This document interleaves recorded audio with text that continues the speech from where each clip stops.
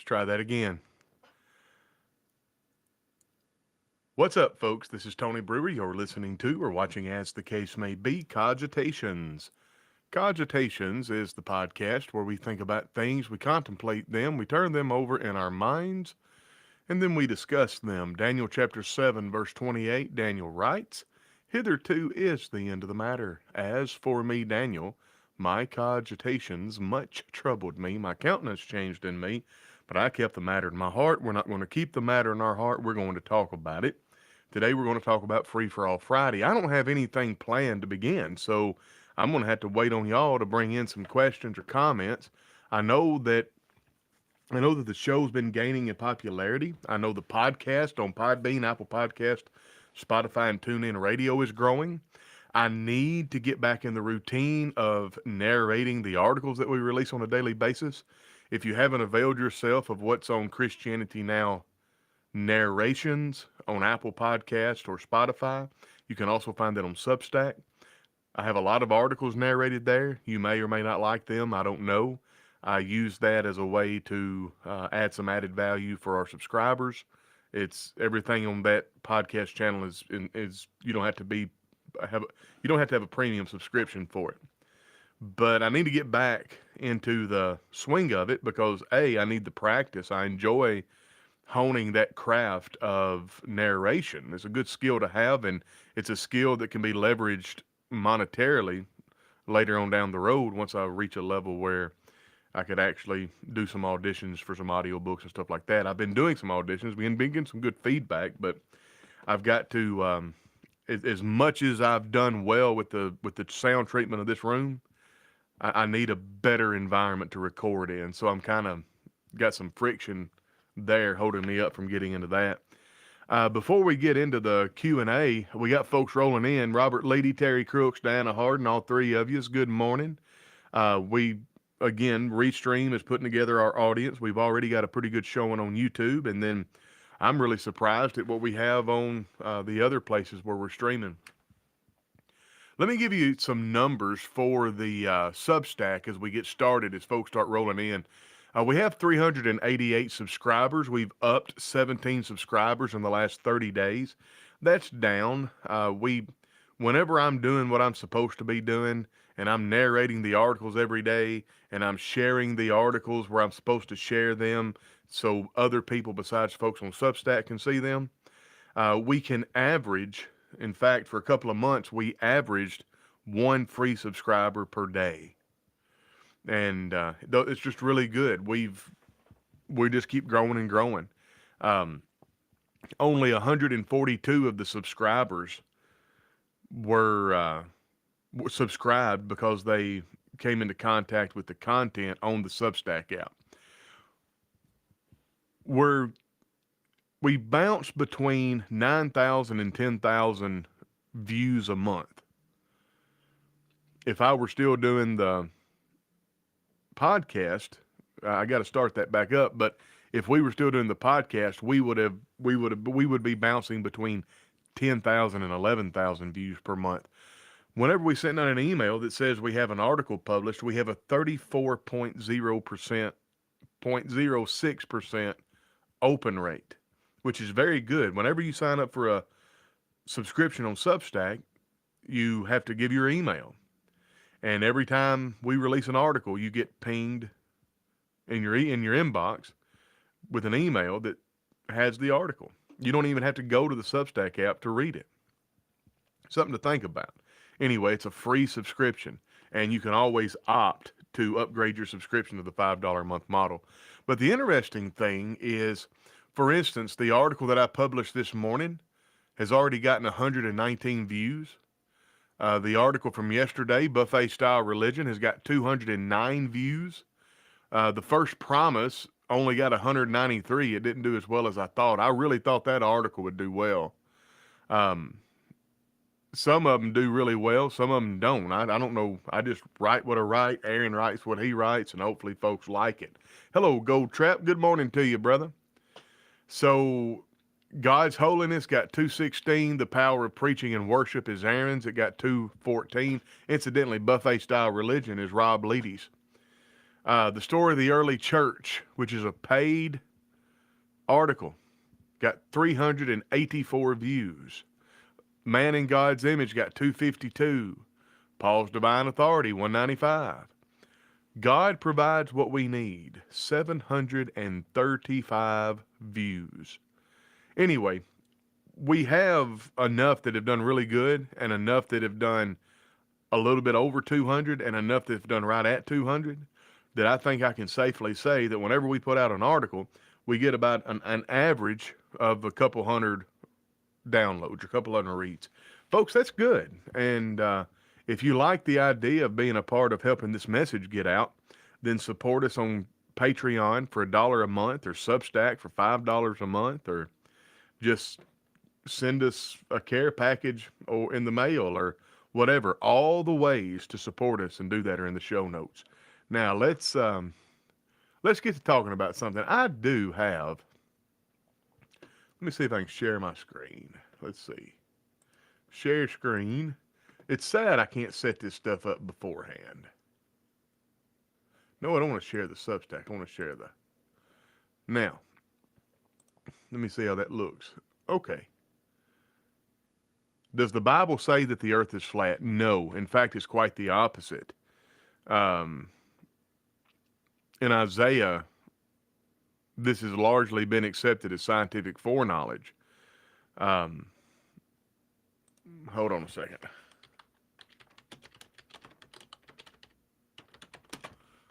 Isaiah talked about sitting on the circle of the earth. Oh, when you Google something,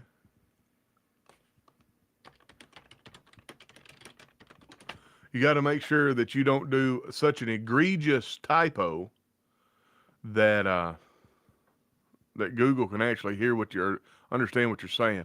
Isaiah chapter 40. That's what I was looking for. Verse 22. I want to go there with my trusty rusty e-sword, and well, where did I put Isaiah? There it is. Isaiah 40. I could have turned to it my hard copy of the Bible quicker than that. All right. It is he that setteth upon the circle of the earth, and the inhabitants thereof are as grasshoppers, that stretcheth out the heavens as a curtain, and spreadeth them out as a tent to dwell in. You got to be careful what you take from this. This is apocalyptic writing. It's highly stylized and metaphorical and all that. So you got to be careful. But interestingly enough, this idea of the circle of the earth, the King James says circle. In the Hebrew, I'm going to pronounce this. It's in anglicized. It looks like chug, but it's probably like klug, like it's probably the sound way back. But the circle of the earth, the word means a circle, a circuit, compassive, a vault. Now, I once, now Go Trap, don't ask me to prove everything I'm about to say. It's been too many years since I've done the deep research on it. Let me hide this screen share. How do I do that? Well, let's just do stop sharing. What I'm about to say, it would take me a week or two to find the sources that I originally had that caused me to draw this conclusion. You just have to trust me. All right, I'm not lying to you. I did this research. In this verse of Isaiah chapter 40, verse, what is it, 22? Yeah, 22. It is he that sitteth upon the circle of the earth.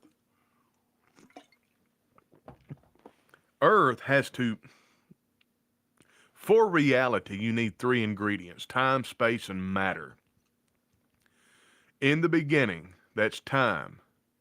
God created the heavens and the earth, that's space.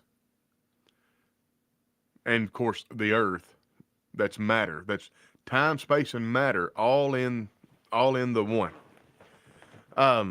Yeah, Connie Barden, was it buffering on YouTube? YouTube is by far the best place to consume this. And I know that it might be hard for some folks. We get so few viewers on YouTube that I'm honestly, I've been toying for about the past month. Excuse me, we get so few viewers on the other platform that I've been toying for the last couple of months, just not even messing with Facebook, the other platform, and just streaming exclusively on YouTube, but then using the show to create some clips and stuff to put out on the Facebook. So anyway, I don't know. We'll see how that goes. But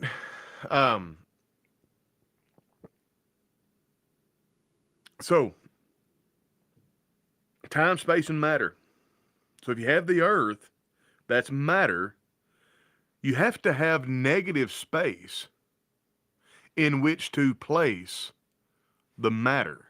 So think about a bucket full of water.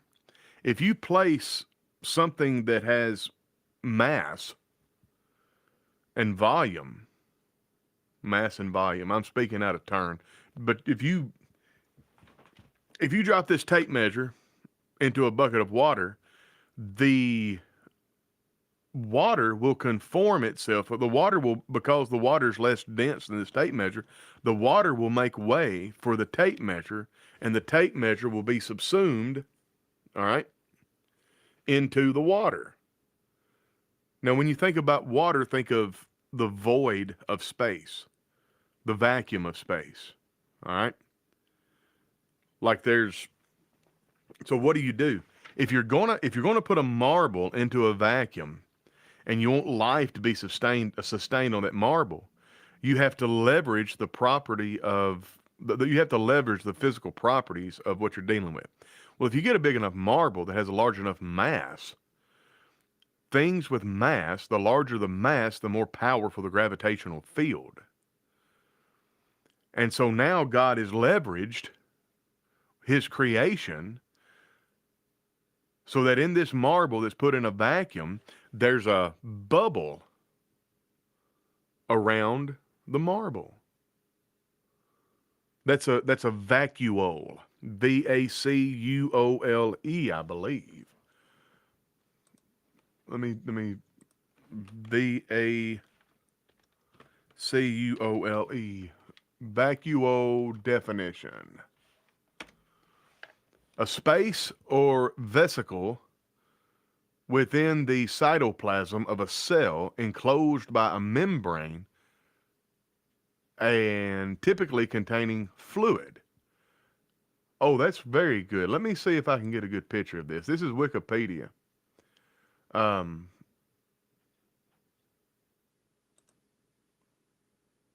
Right here. I wonder if I can blow that up.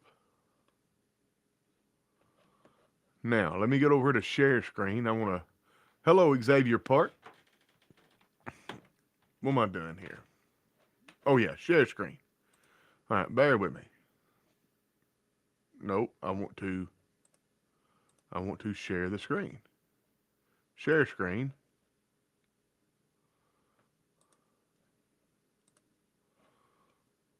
Now, if you'll notice right there, of course you can't see what I'm pointing at, but if you'll look, see that word vacuole? That's a spheroid that consists of negative space. Like there's nothing inside that. I mean, usually water, like a liquid could be held, but like this is inside a cell. So think about this. Of course you can't see it, but follow with your eyes, follow from the green thing, the vacuole, to the right where they have this section cut away. If you could fill out that section, man, I wish I had a pointer. If you could fill out that section that's been cut, I think laterally and distally. Anyway, then you would have a spheroid object. And the Earth isn't spheroid anyway. The Earth is, well, it's spheroid, but it's actually oblong because it's been spinning. It expands a little bit at the equator. Anyhow, that's what the word actually communicates. It's a vacuole. They didn't have vacuole, the word vacuole in the day. They didn't have the means to look at cells. So they wouldn't be able to draw this conclusion from what they have seen in the cells. They would have to draw this conclusion for what they saw in nature. Like if you're going to have something that's very, very dense and something that's not very dense, there is going to be a space made, a displacement. And there's going to be, the larger the size of the object, the more space between the surface of the object and that which it is floating, I guess, is what I'm trying to say. I'm not a physicist, but I did stay at a Holiday Inn Express one time. So, does the Bible teach that the earth is round? No, probably not. But the Bible does teach that the earth is in a vacuole. Now that has massive implications. I'm going to stop sharing the screen. That has massive implications for this stupid flat earth debate. And I'm going to just go and tell you there's no debate. The earth is not flat. The earth is round. It's just, there's too much evidence. And you can get a gyroscope. Anyway, you can get an instrument, and the way, if the earth is round, the way scientists say the earth is round, you can go to different locations around the world and your gyroscope will be off by 15 degrees. Guess what? Some flat earther put together $20,000 or $30,000 to buy this piece of equipment and went around the world, and guess what he found? He found the opposite of what he thought he was going to find. He found proof that the earth is round. But all of the people that's gone up and saw it, you don't have to go very high to get into suborbit. And once you get up into suborbit, you can see the curvature of the earth. The problem is all the flat earthers are so dead set on this there being a global conspiracy that it does not matter what piece of evidence you give them. They come up with, that piece of evidence can't be true because of this conspiracy over here. To the point that the flat earth theory has been so thoroughly debunked that these flat earth idiots have had to come up with a new conspiracy theory. All right? They've come up with, Scott Beck has got I'm going to do his question, but I'm going to say this one thing. In order to explain away all of the things that have been shown to debunk flat earth theory, the flat earthers has come up with this idea called the big earth or something like that. So picture the way the earth is. So it's round. Actually, let me do this. Flat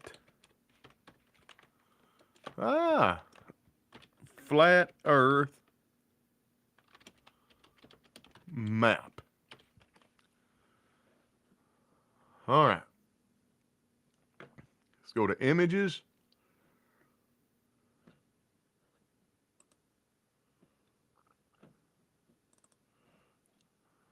Let's go back. We're going to share the screen. Maybe I can do this pretty quickly now. Flat Earth theory, physics world. I'm not going to read this. No, I don't want notifications for this silly. Good grief.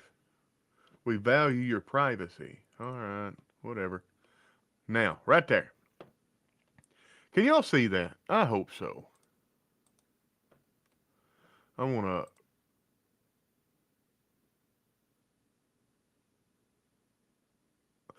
Connie Barton, good question. No, this verse does not teach that the earth is round. This verse implies that the earth is round if you understand what a vacuole is, or a vault, like the vault of the earth. Picture So like slice a piece of Velveeta, slice a piece of Swiss cheese, like good Swiss cheese, and the whole, like you can see, it looks like somebody took an ice cream scoop and scooped out a ball of cheese. So when you remove a ball, there's negative space in the cheese. You got the ball of cheese in your hand. You've got negative space in the block of cheese. That negative space is a vacuole. That negative space is where a microorganism or group of microorganisms died, and as they were decaying, as the cheese was fermenting, they were creating gaseous emanations, and the cheese formed around the ball of gas. That's what gives cheese that smell. Well, if you picture outer space as a block of cheese, when when God said, "Let there be light," and He created the heavens and the earth, and when He created the earth, think about think about scooping a ball of space out of space, and you insert the same mass or the same dimensions, a spheroid object that would fit in the place of that vacuole. And since the earth is so large and it's spinning and it's affected by other heavenly bodies, then you have a space, a distance between the surface of the spheroid object, in this case Earth, and the farther you get away from it, the more you get into the vacuum of space. Anyway, but yeah, we got to be very, very careful whenever we're dealing with some of these people because they're very, very pedantic. And technically, no, Isaiah 40:22 does not teach the earth is round. It also doesn't teach that the earth is flat. It doesn't teach either of those things. It teaches that the conception of what the earth would look like from a view of God, the earth is contained in a vacuole. Anyway, very interesting stuff to me. But if you see this here, I wish I could, I don't know how to zoom in. Can I zoom in? Zoom? How do I zoom? Zoom. Zoom, zoom, zoom. Well, how do I get this silly?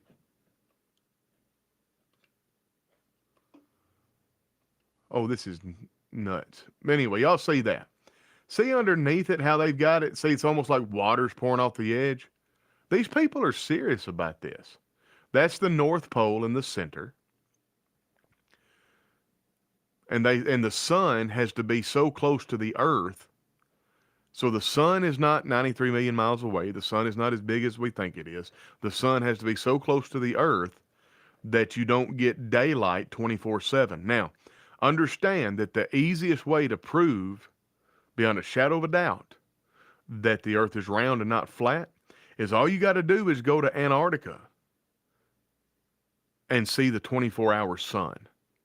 If you can see the 24-hour sun, then the earth cannot be flat. Now, let's go big earth.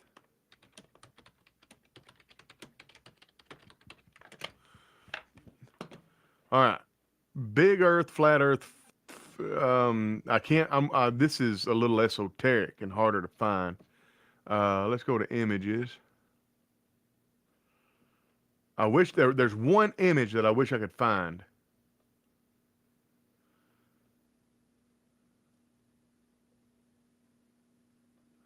Well, I'm not going to be able to find it.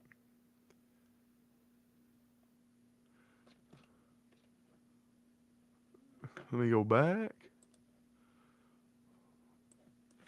New big earth that explains flat.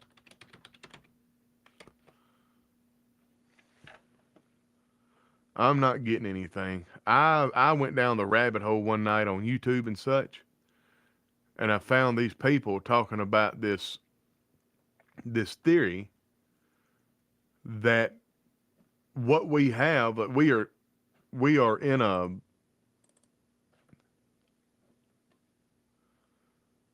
like you're looking straight down there, all right? I hope this is compelling live stream for some of you.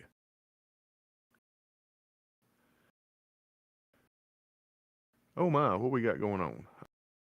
I'm still, never mind. We're just going to stop. No, we're not. One of those flat earth pictures. So what you need to do is conceptualize a mountain and it's melting, and we're on the part that's been cleared away. It's crazy. Talking to flat earthers, nothing you say to them is good enough. Now, there's in the flat Earth and the globe Earth, the round earthers and flat earthers.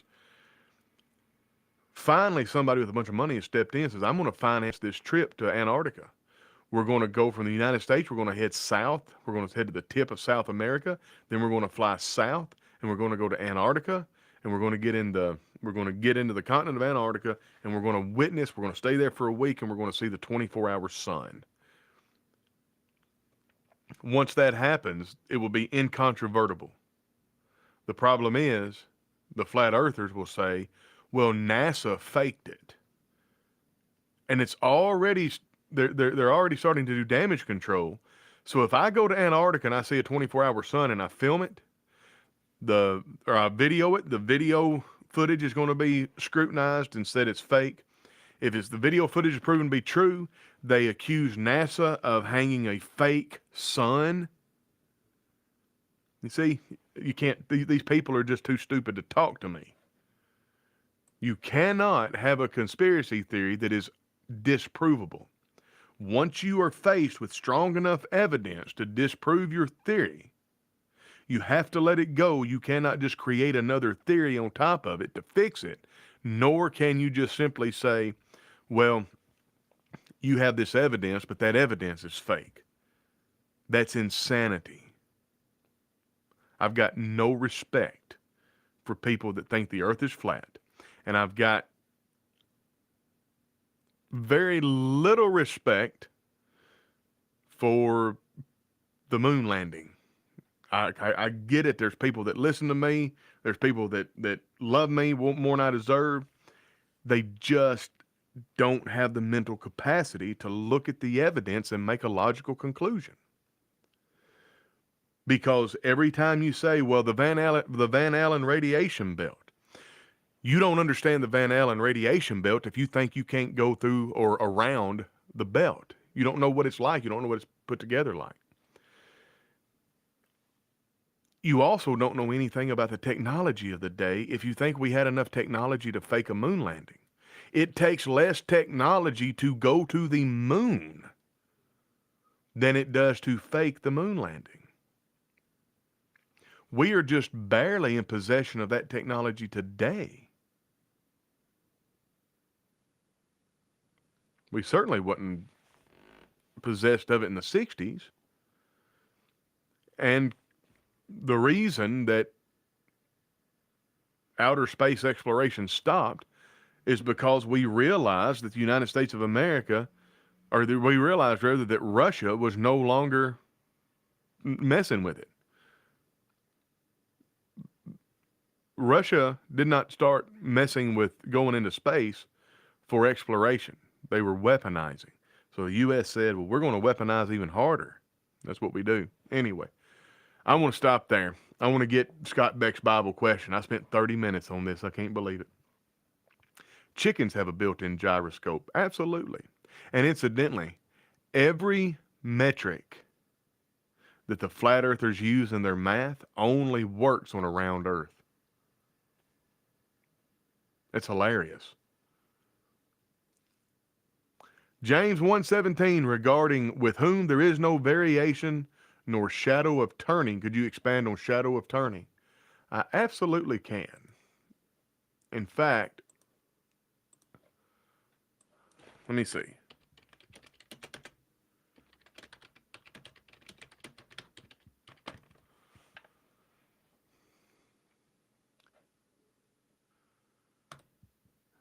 All right, I'm going to pull up.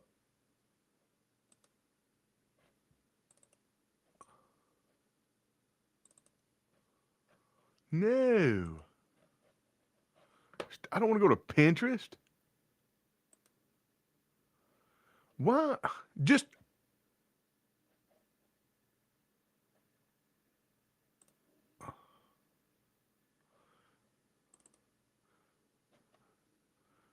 there we go. So that's at least bigger.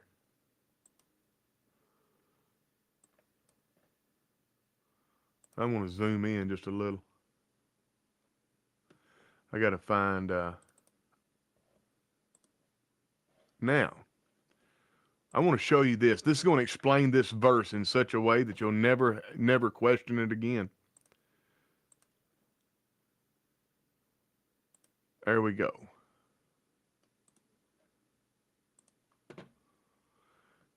There it is. There is no variableness nor shadow of turning. Notice, there is no shadow there. Is that not interesting? Let me expand this. See, there's a lit match. The hand has a shadow. The match has a shadow. But the fire has no shadow. Why? Light cast a shadow.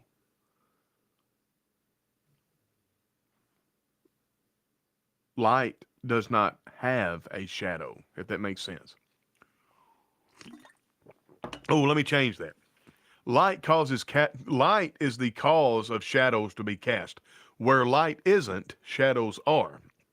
Anywhere light is, there are no shadows.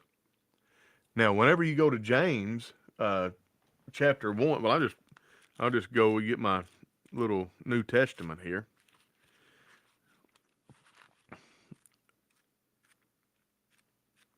James is trying to comfort these people that are, quite frankly, persecuted.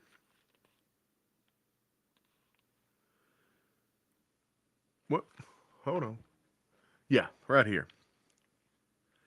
I'm going to start reading in verse. Well, let's get the context of sin.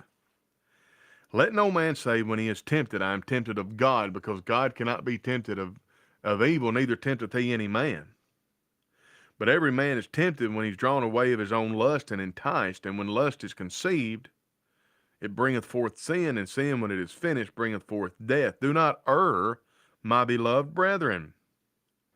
So don't err. Don't be drawn away of your own lust. When you leave the light and follow your lust, you're going to enter into shadow. If you stay in the light, you can be assured that with God, there is no, all right, every good gift and perfect gift is from above and cometh down from the Father of lights. He's the Father of lights. And with the Father of lights, with him, there is no variableness. In other words, he doesn't change. And there is neither no shadow of turning.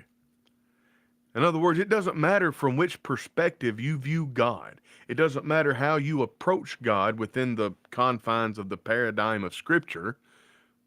You're going to get God. You're not going to catch him on a bad day. I used to work at a lumber mill, short stint, and there were 3 brothers that ran it. 2 of them were hard to deal with for me, because you didn't know what mood you were going to get. There was another one who was austere. Quite frankly, he was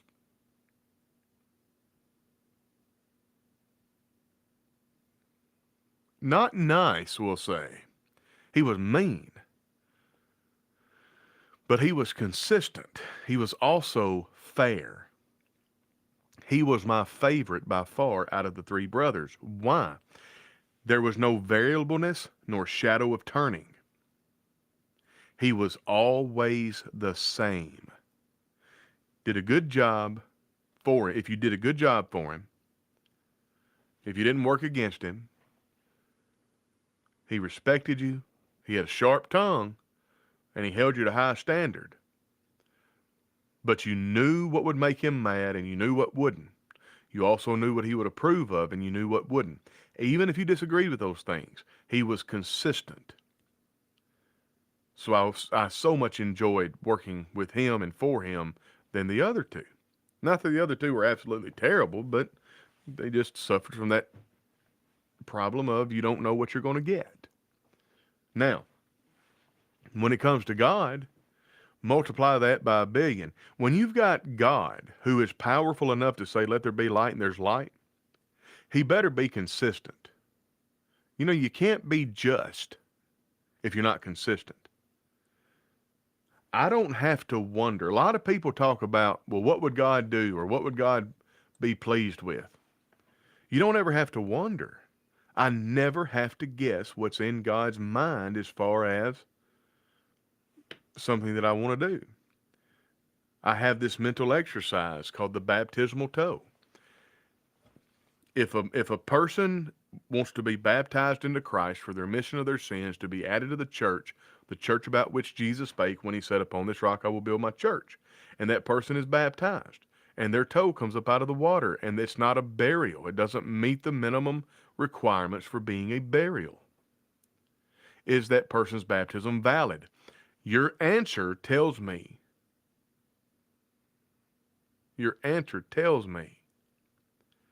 how fickle you are. If you hedge your answer and you say, well, it depends, God knows the heart, and you're fickle. You don't respect the scriptures. Because I don't have to guess what's in God's head, because God said it's a burial. So I can remove emotion, I can remove my will, I can remove what I think is right and wrong. I don't have to guess what God will do on the day of judgment, because God said, if you want to be delivered out of the power of darkness and translated into the kingdom of God's dear Son, if you want to avoid the fire and anger and vengeance of the Almighty God on the day of judgment, it's a burial.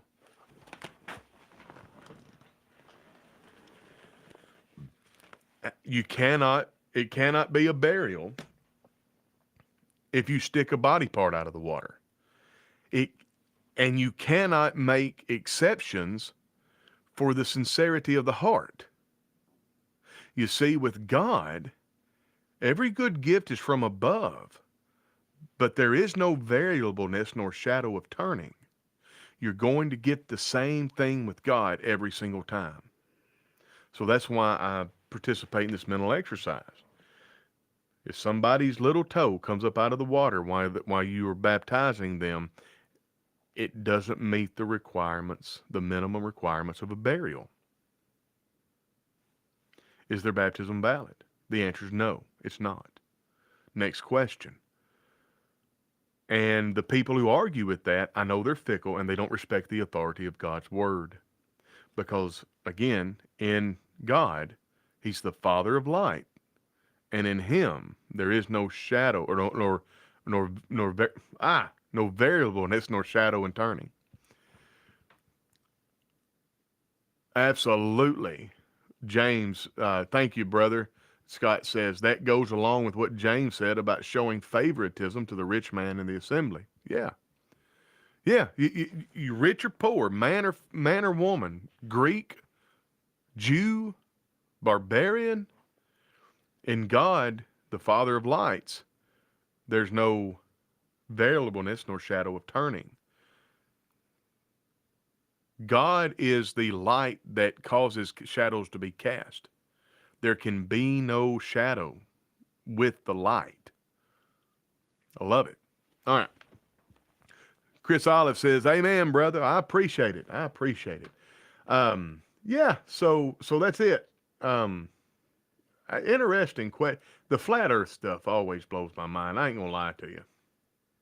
What's up, Brandon Myers? I didn't see you come in. I don't know what's gotten going on. Oh, okay. Evidently there's a new thing in. Well, that's crazy. Okay. Well, folks, how's things going? This Free for All Friday, we didn't have a whole lot of questions, and I didn't really have any started out. Man, I'm certainly thankful for Rob Leedy. He wrote a good article, and Barry Odell, who edits, he's the editor in chief of the Fulton County Gospel News. Barry's going to publish that article in the Fulton County Gospel News. It's a fine article. I hope I get more articles from Rob. Rob, are you doing a show? Are you online doing a show from time to time? Have I seen that come across my timeline? That'd be interesting to hook up with you. You get some new meat. Brandon Myers, I'm probably going to reread that book we were talking about the other day. Anxious to discuss it with you. Cool. Brandon, we've talked a whole lot. Would you remind me what book you're talking about? I don't know. I will tell you this. I'm going to do something weird. I'm going to, while Brandon's reminding me what book, I'm going to go to Amazon. I'm going to show y'all something. It's cool. All right, I don't need to log in, but what I do need to do is,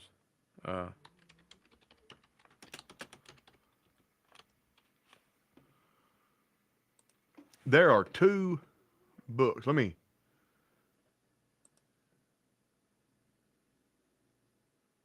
I didn't get to go. We went, but they weren't open on Saturday.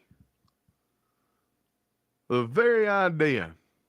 That, and there's an antique shop there that LaBeth had gone to the week before that had a sword. And I don't know if I could have bought. Yeah, thank you, Brandon Myers, Lost World of Genesis. Yes, I need to get that book. I've got a bunch of credit on my Kindle. I'm going to get that book today. Anyway, the Mexican restaurant Galaxus or whatever, yeah, it was closed for some reason, and but we know for a fact. But their Instagram account says they're open from Monday to Monday, but they were closed Saturday, so I don't know what's going on. But we're not going to go again. We'll give it a little bit.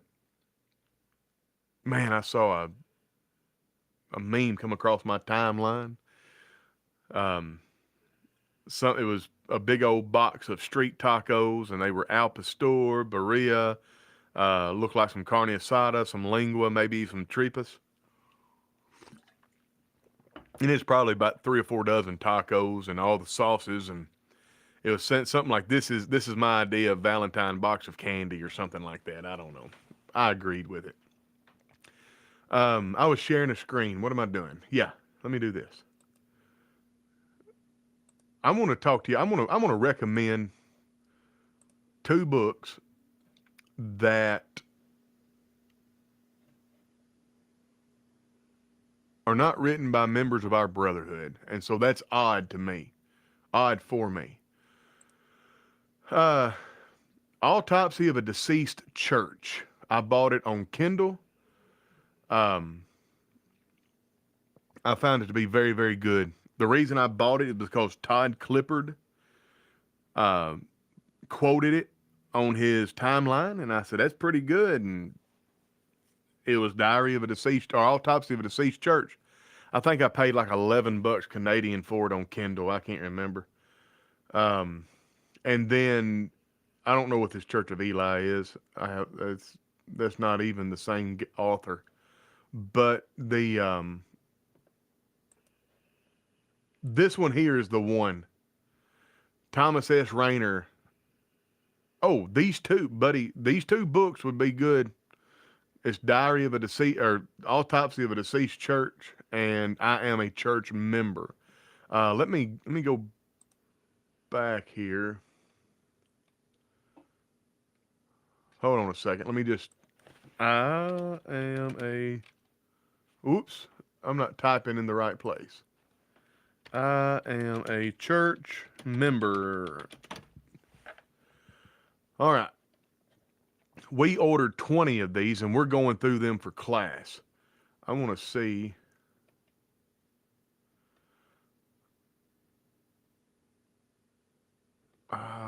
Is there not a...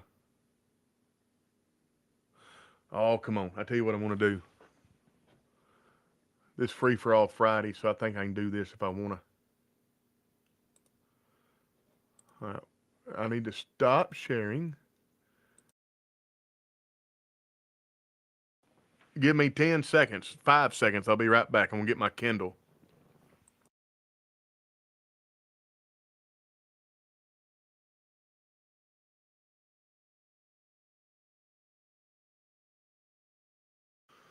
All right. Yeah, Brandon. Autopsy of a Deceased Church is very good. Let me go to, excuse me.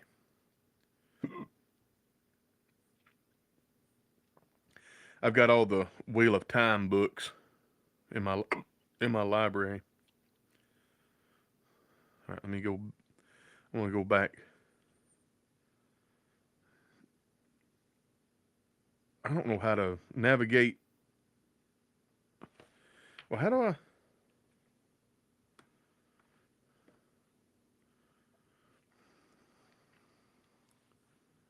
Okay, here we go.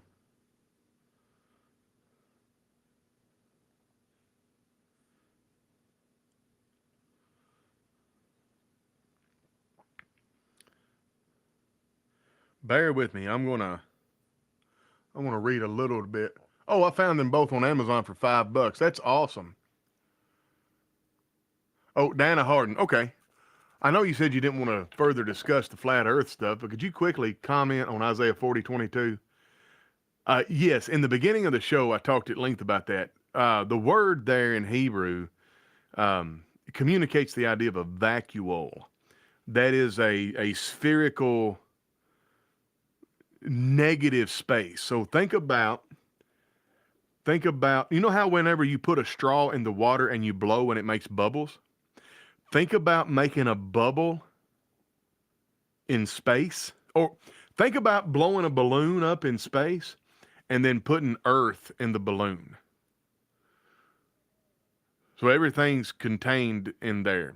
Now that's a very reductive and overly simplified illustration that anybody probably could pick apart, but the idea, the King James says the vault, no, not the vault. The American Standard, I think, says the vault of the earth, the circle of the earth. So think about a vaulted. It's a circle of the earth. It's a boundary, but it's not like an arch, like the St. Louis Arch, like the gateway to the west. It is a hollow piece of negative space.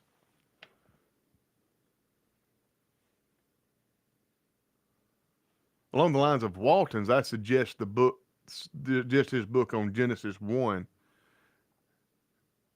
and then one about Adam and Eve. Hold on a second. What's Walton's? You got my curiosity piqued.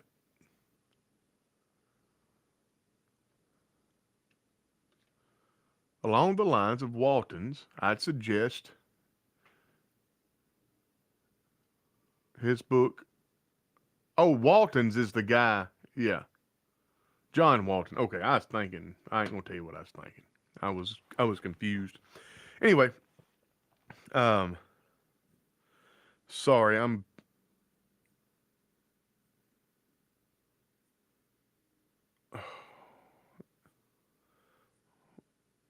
got to get through all the junk, the acknowledgments. I don't care about your acknowledgments. I'm gonna read the introduction. Hopefully they don't copyright me, but let me read the introduction. Y'all tell me whether or not you think you'd like this book. Michael and Liam began meeting for Monday morning breakfast at 6 o'clock over 5 months ago. They originally thought it would be a one-time event. They met in a couple's Bible study group in their church. For many different reasons, they hit it off and were becoming good friends. When Michael originally invited Liam to meet him for breakfast on Monday morning several months ago, Liam readily agreed. The two men enjoyed their time together so much that the one-time event became a weekly event. It was now rare for the two friends not to meet on Monday morning. Early in their friendship, the conversations focused on sports, family, and politics. They had much in common. Michael was 41 and Liam was 39. They each had 3 kids and they were both college football fanatics. Each of their teams was in the same football conference, but they were pretty fierce rivals as well. The guys thoroughly enjoyed trash talking the other's team in a friendly spirit. But on this particular Monday morning, the conversation turned serious. Michael and his wife had noticed some changes in the demeanor of Liam and in their Bible study group. He no longer seemed as interested in studying and discussing the Bible as he did talking about their church. And his comments were often critical about the congregation where the two families both had their memberships. Still, Michael was caught off guard on that particular Monday morning. Liam loved poached eggs in the little restaurant. It was his regular order. But on this Monday morning, he had not touched them. He was barely sipping his coffee. Liam didn't take long to get to the point.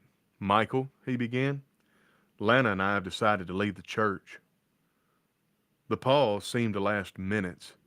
Neither of the men seemed to know who should speak next. Michael took the initiative and spoke softly and deliberately. "You want to tell me about it?" Michael inquired. He honestly didn't know if Liam wanted to say any more about it. His friend seemed resolute. Nevertheless, Liam began to explain his feelings and decision. "Lana and I went to the church to learn deep truths about the Bible," Liam offered. "But Pastor Robert is just not feeding us. We're not getting anything out of his messages. Sitting in the service on Sunday morning is just a waste of our time." Michael didn't respond. He could tell Liam had more to say. "There are several great people in the church," Liam continued. "You and Karen are the best, and there are a few more like you." He paused, and his facial expression became more serious. "But honestly, Michael, our church is full of hypocrites. Did you hear Jim at the kids' basketball game? He embarrassed me the way he was screaming at the refs. What kind of testimony is that for a Christian? And of course, everyone knows about Neil. He was supposedly this pillar of the church, and we found out he's been cheating on his wife for over a year. What kind of church is this with these kind of people?" Liam was angry, but controlled. As he continued to vent, I read that with the wrong inflection. Liam was angry, but controlled as he continued to vent. "Look, Pastor Robert acts like he cares for us, but I'm not so sure he does. I told him that Lana's dad was in the hospital for hernia surgery, and he never visited him." Michael knew that Lana's father was not a church member, and he lived 50 miles away. He also knew that Pastor Robert called him and had a prayer with him, but he also knew that any rebuttal would not be appreciated at the moment.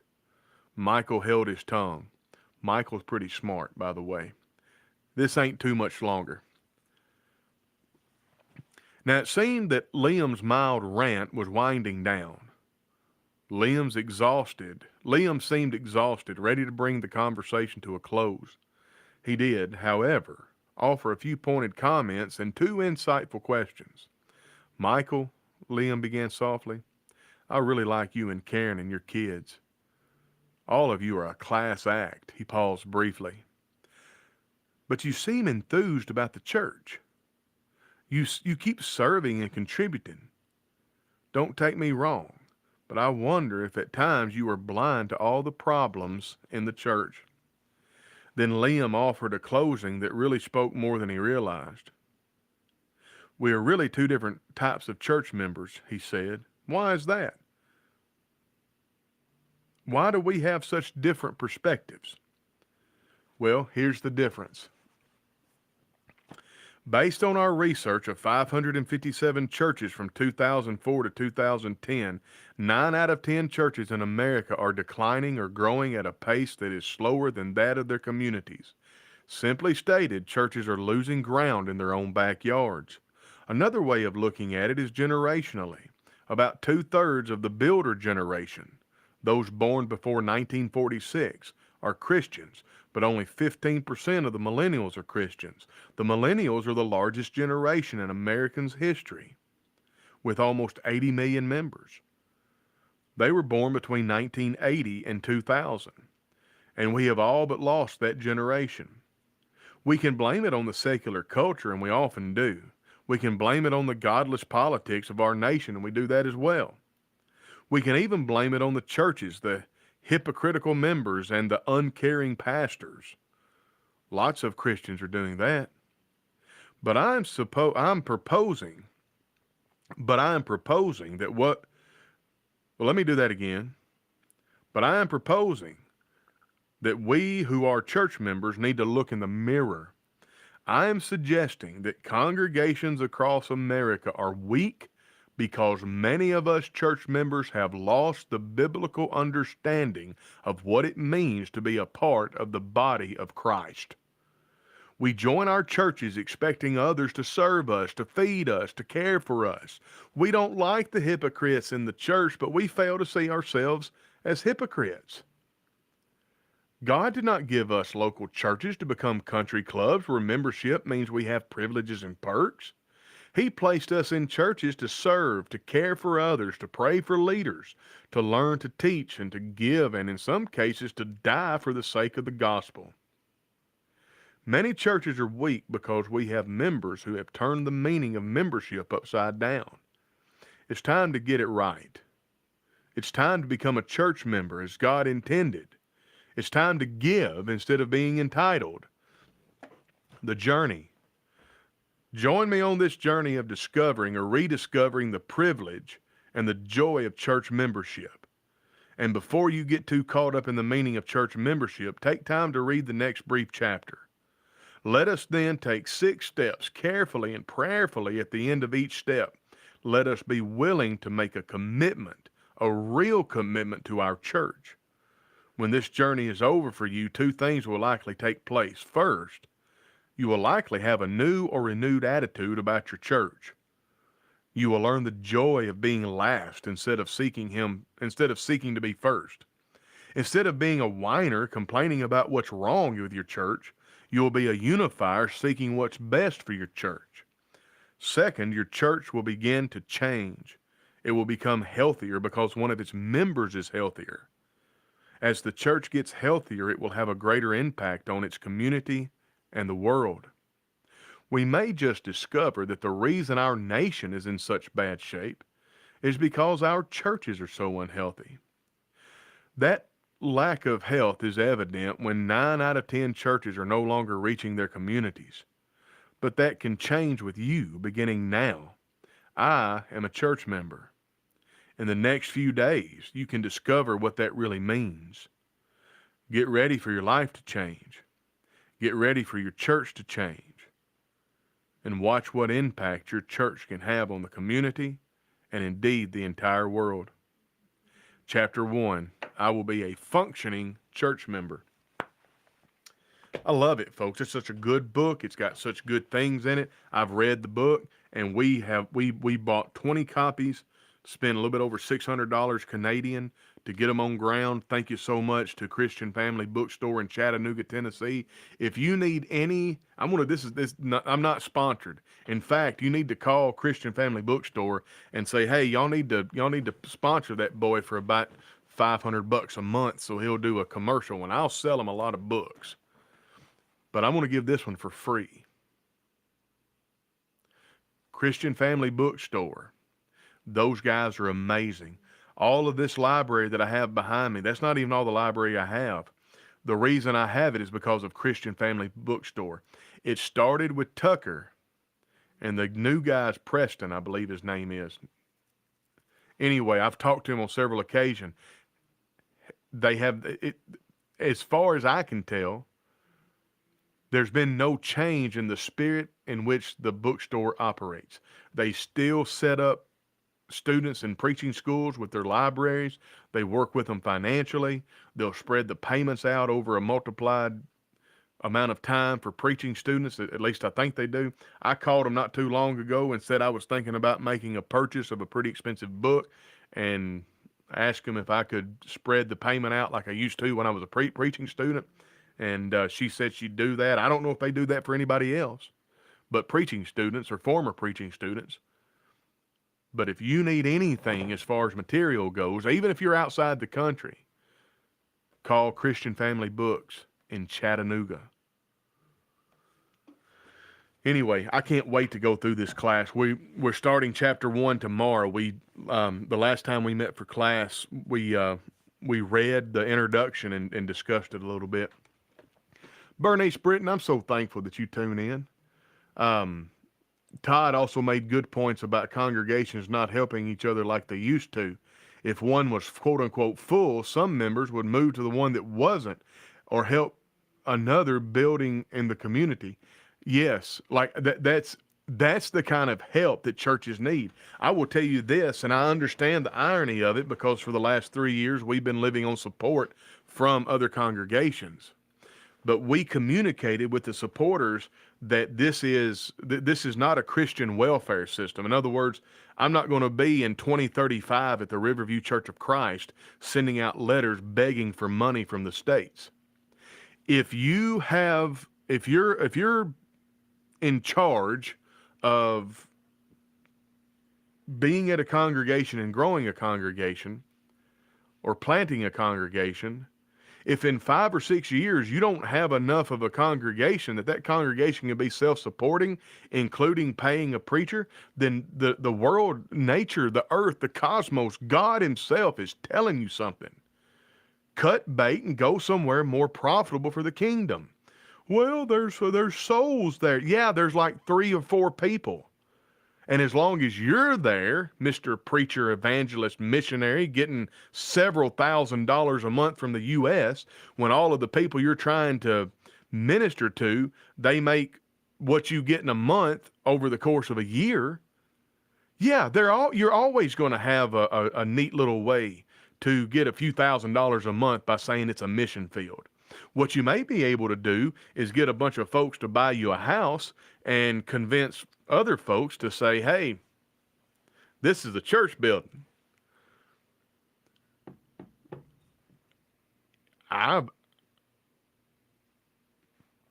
Just stop.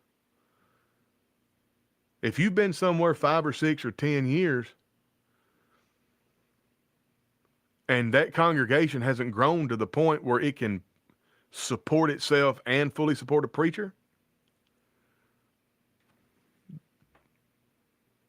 the cosmos is trying to tell you something. That church has reached critical mass.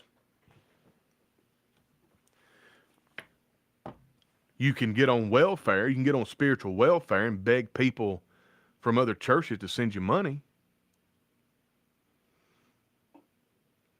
But I'm going to tell you, I won't send money to a missionary that's been multiplied years. If a person wants me to support their work, I always ask them, what's your terminus?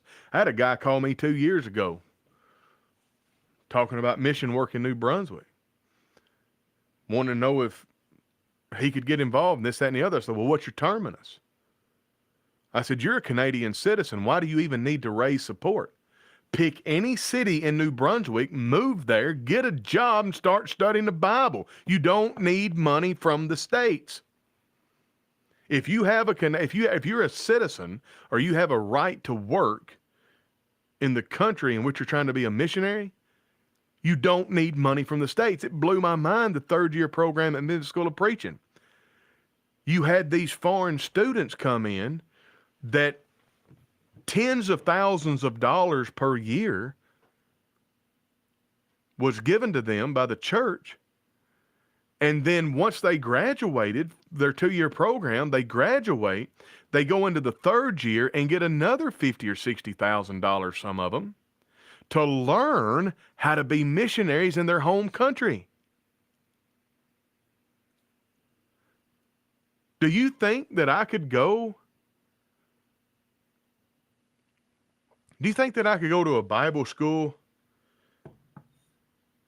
in England and get Christians in England to give me enough money to be there where I wouldn't have to pay a dime out of pocket to educate me for 2 years, and then for 1 year have that same amount of money so I can learn the culture of the United States of America, the land of my nativity?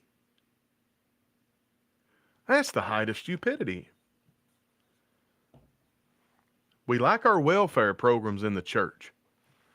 We really do. There's no reason for anybody to send a dime to New Brunswick, Canada after the end of this year.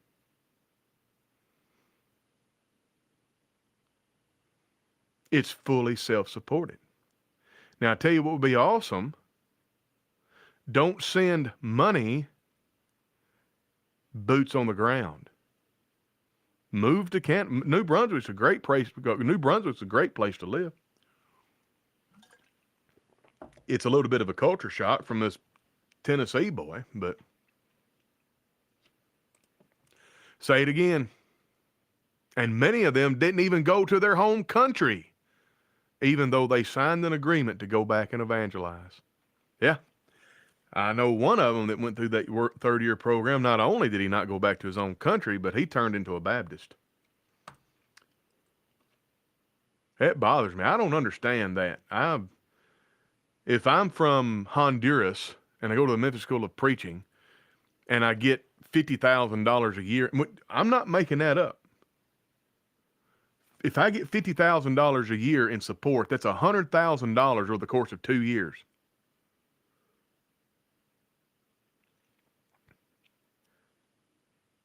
I can't come to the Memphis School of Preaching from Honduras without signing a paper pledging to go back. Well, now that my 2 years are over, I kind of like the cushy United States and I like all this money. I can see why people don't want to go back. So I'm going to enroll in the third-year program. And I'm going to learn from old white dudes how to be a missionary, old white dudes that are from the United States of America, how to be a missionary in Honduras. Who's more qualified to teach somebody how to be a missionary in Honduras?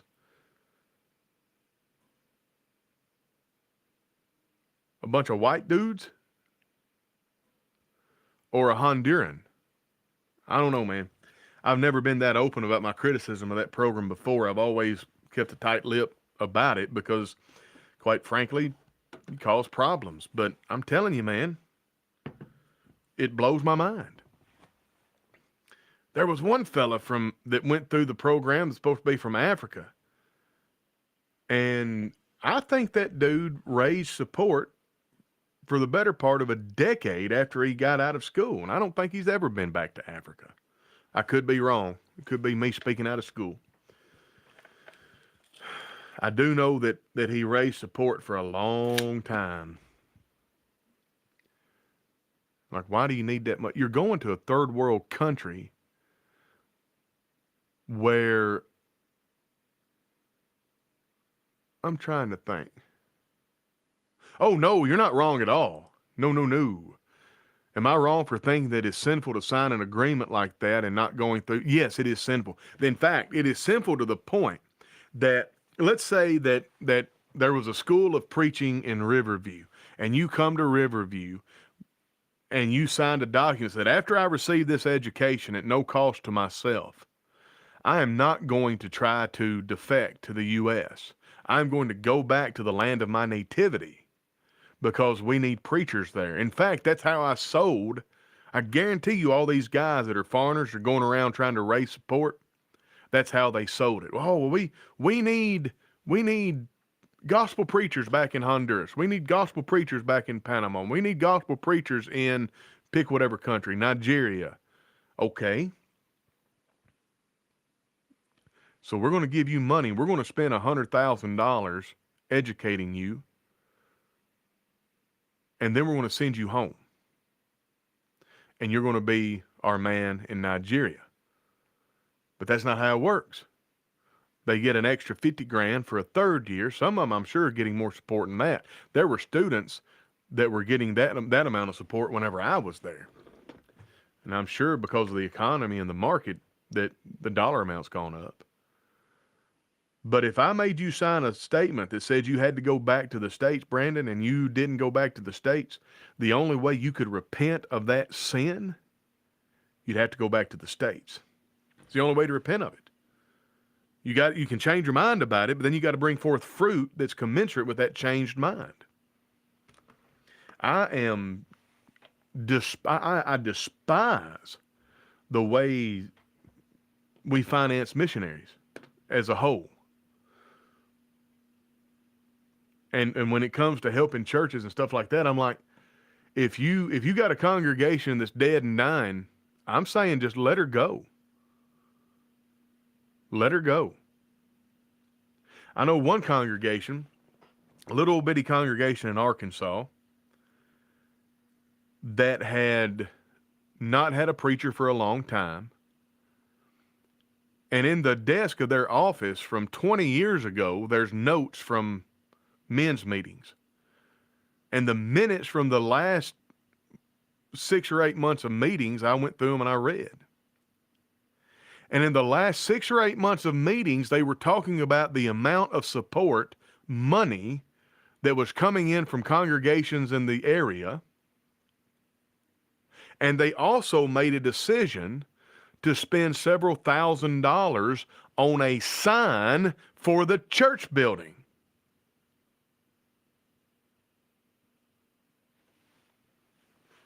Maybe we be careful sending our money out willy-nilly. Maybe because I always ask people, if the guy that asked me about mission work in Canada, I said, are you a permanent resident or a citizen? I'm a Canadian citizen. Then you don't need to talk to me about mission work in Canada. Go to Fredericton and plant a church. You don't need money for that. Go get a job and plant a church, or you think you're above Paul. Paul built tents. He actually said, well, my goal, I said, what's your terminus? How long are you planning on being supported? Dude said forever. He didn't say the word forever, but he said, well, I'm just planning on living on support. I said, well, you're a Canadian citizen. Why can't you get a job?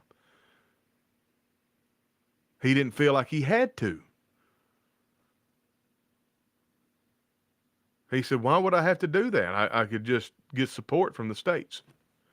I said, I don't want you anywhere near me. We are two different people. I've took us off and made so many sacrifices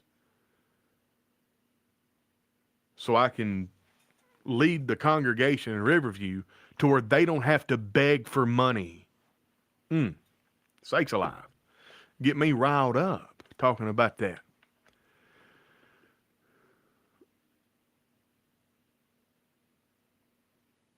I can only think of one person that I believe did right with the third-year program.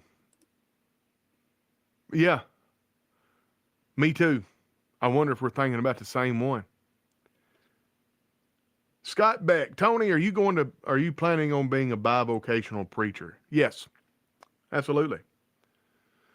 Absolutely. I think there's a lot of blessings in it. There's a lot of pros rather, very little cons. Here's the thing.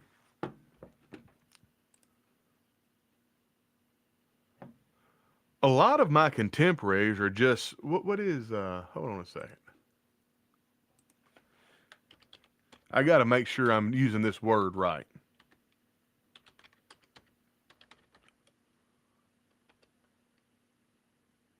Self-aggrandizing. Most of my contemporaries who are preachers are simply self-aggrandizing.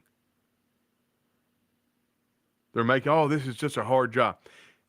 My contemporaries who are gospel preachers, if they would quit being elders without the title, their job as preachers would be a lot easier. You get me? Many of my contemporaries, if they would quit trying to be pastors, elders, and a lot of times it's through no fault of their own, it's forced on them.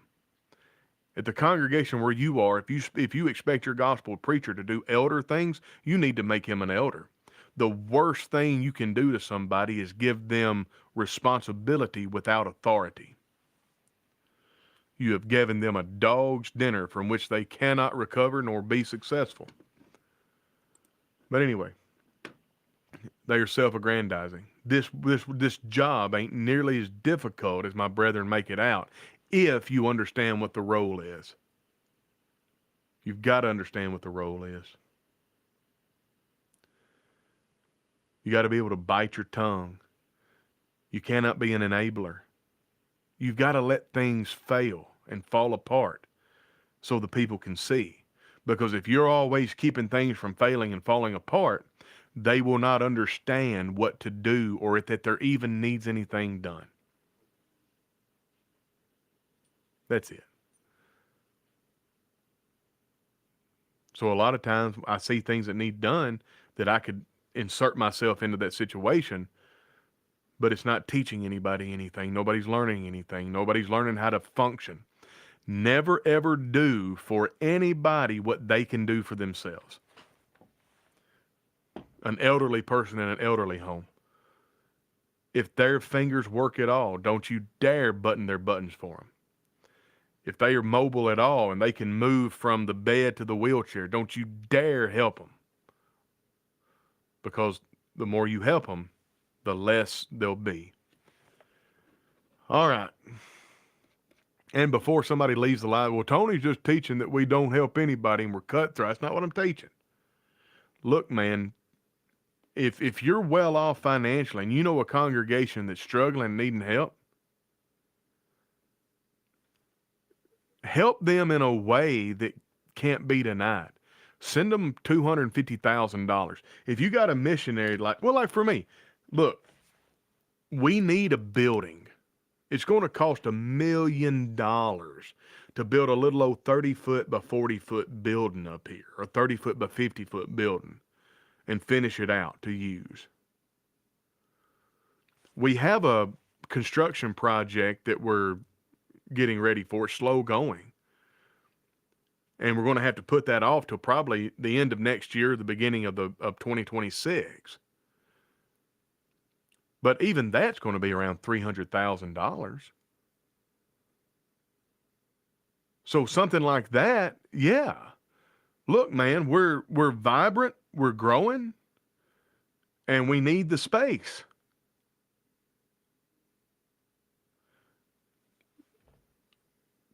Get a bunch of rich people together and send a check for $500,000 US.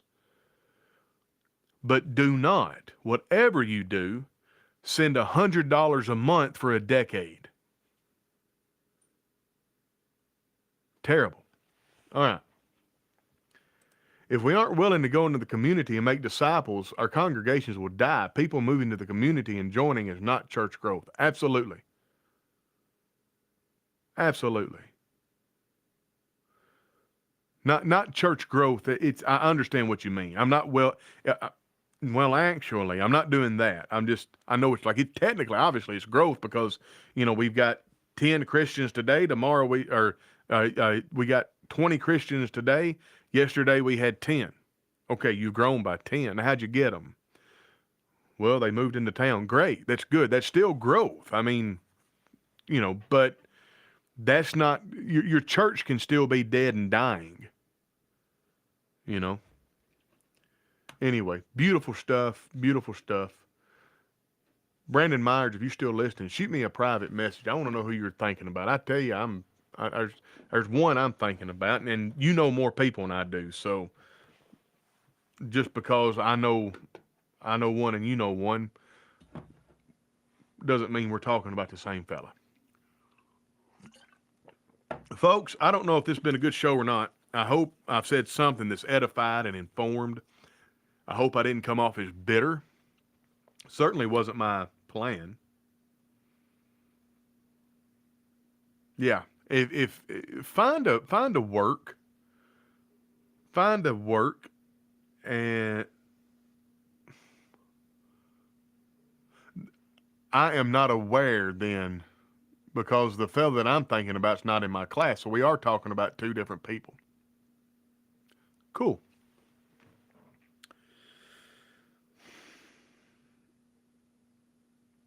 I don't want to come off as bitter. I do think, as far as the mission work is concerned,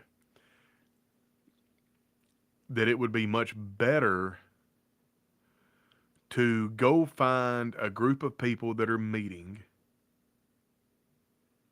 and do something large for them. Like, for instance, let's say you've got a group of 15 or 20. Go, and they're meeting in somebody's garage.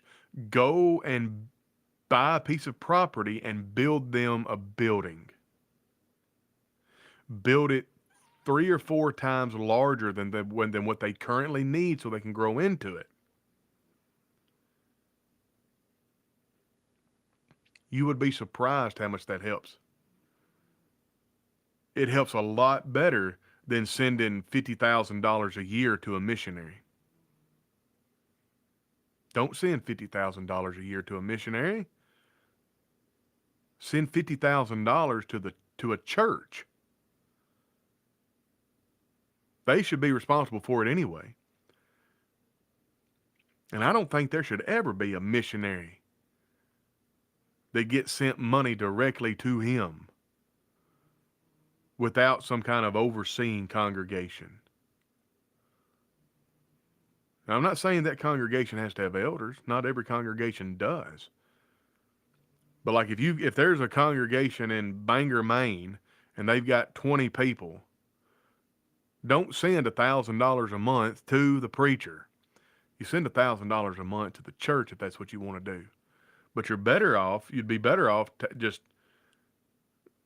if you can send $1,000 a month, partner with 3 or 4 other people, and in one lump sum, give that church that and say, this is for a building fund. We're not going to pay for your preacher to live high on the hog. Your preacher is well able to go out and get a job if he wants some spending money. Now, that doesn't mean I don't think that we shouldn't pay preachers, and I think we should pay preachers a lot. But they got to earn it. A laborer is worthy of his hire. You got me? That's all I'm going to say about that. Folks, I'm going to get off here. It's an hour and 22 minutes. Thank you so very much. Believe it or not, moving this microphone around, it will change the sound up, but I'm trying to get a little better. Let me do this. This might, I don't know. Can y'all tell a difference since I moved the microphone away? We'll see. But here's what I would love from y'all folks. All of you folks watching between the 3 different platforms. I cannot believe on X we've got 2 people watching. Thank you so much. Christianity, let's see. Let me go to the captions. We are on X. I try to do some stuff on X now. Follow us on X. Christianity Now at 1 Chronicles 1232. 1 Chronicles 1232. That's about the sons of Issachar, understanding of the times. If you want to send us something in the mail, P.O. Box 99900 HR 567317 RPO Mountain Road, Moncton, New Brunswick, E1C0T1. And if you don't want to write that down, send us an email, christianityisnow@gmail.com, for questions, show topics, observations. If you want to just tell me how terrible I am, send an email. I do have an email hanging out with a question in it that I am going to get to, but I think I'm going to make just a short form video out of it. But it's a good question. Other than that, thank you so much. You can support us by going to www.patreon.com/Christianity Now, www.patreon.com/Christianity Now, and I can never find right here. So patreon.com/Christianity Now, you can sign up for $1 a month. We don't do anything over there, but if you sign up for $1 a month, let me know and I'll make sure you have access to the Substack. Speaking of Substack, look at your lower third, the ticker on the bottom of the screen. Subscribe to our Christianity Now Substack. Just go to Substack, type in Christianity Now. It'll ask you for your email if you want to subscribe. And every time we put a piece of content out, an article or a podcast on Christianity Now Narrations or Christianity Now Substack, you'll get an email. Then we have the tip jar, because some of you ask, some of you don't like doing Patreon or Substack. Some of you just want to send money from time to time to the tip jar.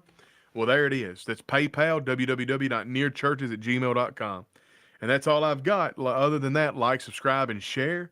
We are now 1,100 plus subscribers, unless we lose a few today.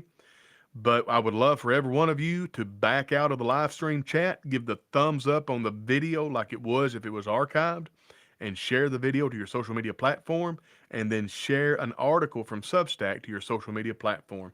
And follow us on Twitter or X at 1 Chronicles 1232. Christianity Now at 1 Chronicles 1232. Other than that, God bless every one of you. We'll see you Tuesday. We'll catch you on